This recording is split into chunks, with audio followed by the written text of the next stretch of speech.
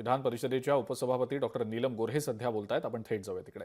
महिलांनी जबाबदारी टाकली आहे, त्याच्यामध्ये राज्य महिला आयोगाच्या तर्फे न्याय द्यायचं आमचं काम आहे.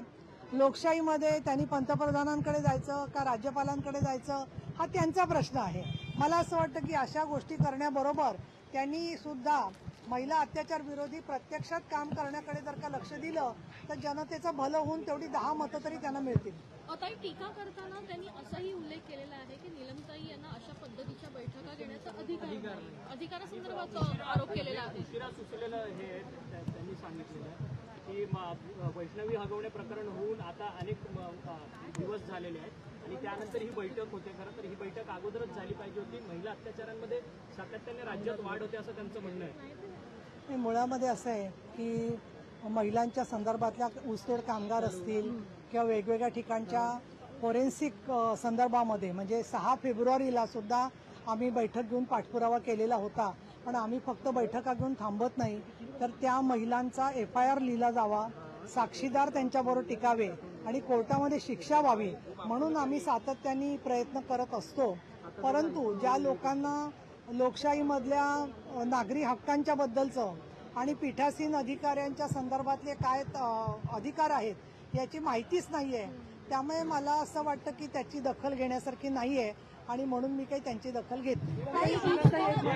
महिला ज्या आहेत त्यांचं आरोग्य सध्या धोक्यामध्ये आलेलं आहे.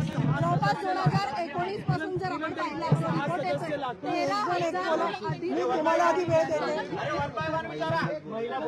आता मी उपसभापती म्हणून हिला आधी वेळ देते, मग तुम्हाला देते. शांत राहा. चला. 2019च्या रिपोर्टनुसार 13,000हून अधिक ज्या ऊसतोड कामगार महिला आहेत त्यांनी गर्भपिशव्या काढलेल्या आहेत. त्यामुळे त्यांचा जो मुद्दा आहे खरं तर अतिशय त्यांचं आरोग्य जो आहे तो धोक्यात आहे.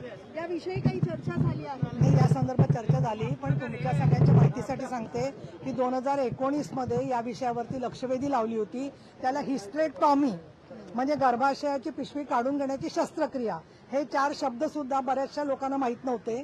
त्यावेळेला आपण हा सर्व आवाज उठवला. माननीय एकनाथजी शिंदे आरोग्यमंत्री होते, त्यांनी समिती केली, मी अध्यक्ष म्हणून त्याच्यात काम केलं आणि आम्ही जवळजवळ 200 पानी रिपोर्ट, अंजली दमानी यांच्याकडे तो सगळा रिपोर्ट पाठ आहे, तर तुम्ही त्यांचा पण बाईट घ्या. तर ती सगळी माहिती दिलेली आहे, सूचना दिल्या आहेत. सरकारकडून ही माहिती समोर आलेली आहे की या महिलांना 843 महिलांना ही नोंद कशामुळे झाली, तर सरकारने नोंद घ्यायला सुरुवात केली. लोकशाही मराठी ऐका, पहा, जागरूक रहा.